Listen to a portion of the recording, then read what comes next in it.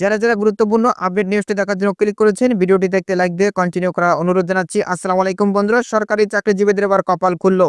সরকারি কর্মকর্তা কর্মচারীদের নতুন করে বেতন ভাতা বাড়ানো হচ্ছে।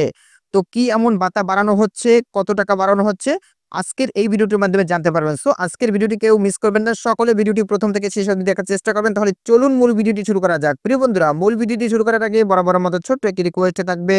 আপনি যদি আমাদের এই পরিবারের নতুন দর্শক হয়ে থাকেন, এরকম নতুন চাকরি রিলেটেড আপডেট নিউজ সবার আগে পেতে আমাদের এই চ্যানেলটি সাবস্ক্রাইব করে রাখুন। প্রিয় বন্ধুরা, প্রথমত আপনাদেরকে এই নিউজের সোর্স দেখাচ্ছি। দেখতেই পাচ্ছেন দৈনিক শিক্ষা.com এ এই গুরুত্বপূর্ণ আপডেট নিউজটি প্রকাশ করা হয়েছে। এখানে বলা হয়েছে সরকারি কর্মকর্তা কর্মচারীদের প্রশিক্ষণ ভাতা বাড়লো। কত টাকা বেড়ে দাঁড়িয়েছে সবকিছু জানতে পারবেন আজকের এই ভিডিওটির মাধ্যমে। প্রতিবেদনে উল্লেখ করা হয়েছে সরকারি কর্মকর্তা কর্মচারীদের প্রশিক্ষণ ভাতা বাড়ানো হয়েছে। প্রশিক্ষক ও প্রশিক্ষণার্থী উভয়েরই ভাতা বাড়ানো হয়েছে।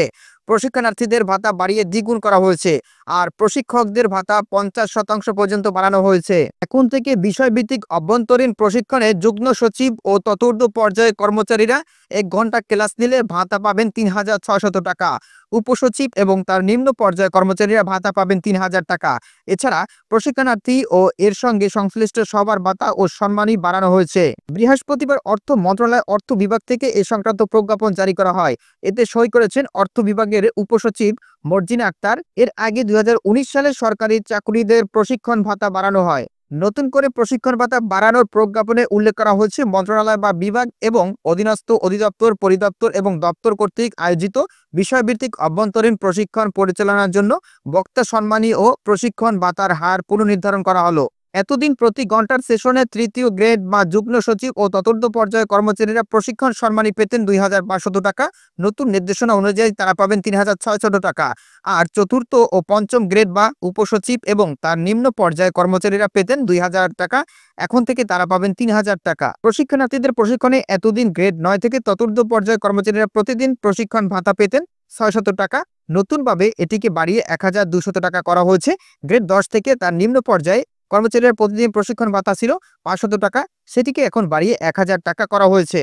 একইভাবে কোর্স পরিচালকের সম্মানী প্রতিদিনের জন্য 1500 টাকা থেকে বাড়িয়ে 2000 টাকা, কোর্স সমন্বয়কের সম্মানী প্রতিদিনের জন্য 1200 টাকা থেকে বাড়িয়ে 1500 টাকা এবং পাসপোর্ট স্টাফদের সম্মানী 500 টাকা থেকে বাড়িয়ে 1000 টাকা করা হয়েছে।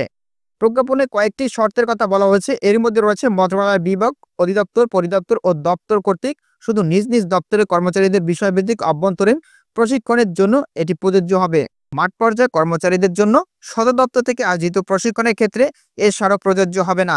প্রশিক্ষণের ব্যক্তিকাল দিনব্যাপী না হলে দুপুরের খাবার বাবদ কোনো ব্যয় করা যাবে না।